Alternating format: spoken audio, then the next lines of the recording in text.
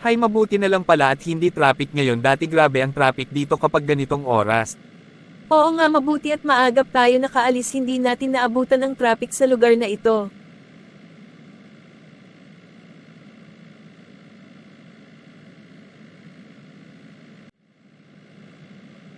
Aba, nagugutom na ako, ang mabuti pa dumaan muna tayo sa pwede nating kainan. Ay mabuti pa nga kasi kanina pa din talaga ako nagugutom at saka gusto ko na din mag-CR. Ayun, may kainan doon siguro, doon na lang tayo, kumain tayo na. Sige tayo na mahal. Ano pala order mo?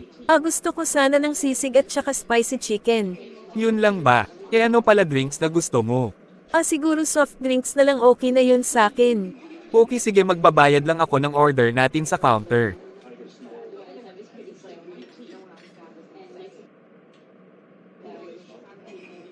Thank you so much, mahal.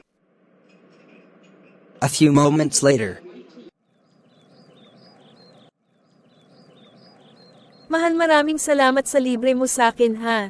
Nabusog talaga ako ng sobrang sobra.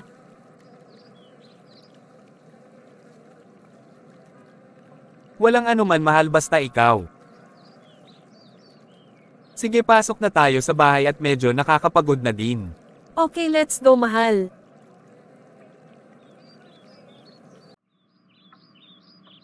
Mahal, alam mo ba may naiisip ako?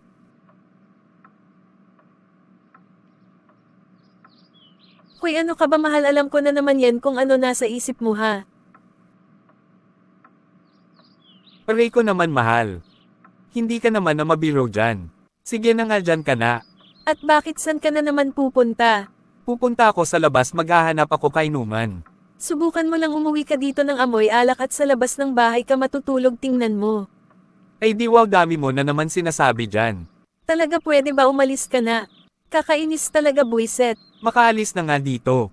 Kaasar talaga, minsan na nga lang ako magbiro sa kanya, ganyan pa talaga mangyayari. Wag na wag ka dito, uuwi ha, buiset ka talaga.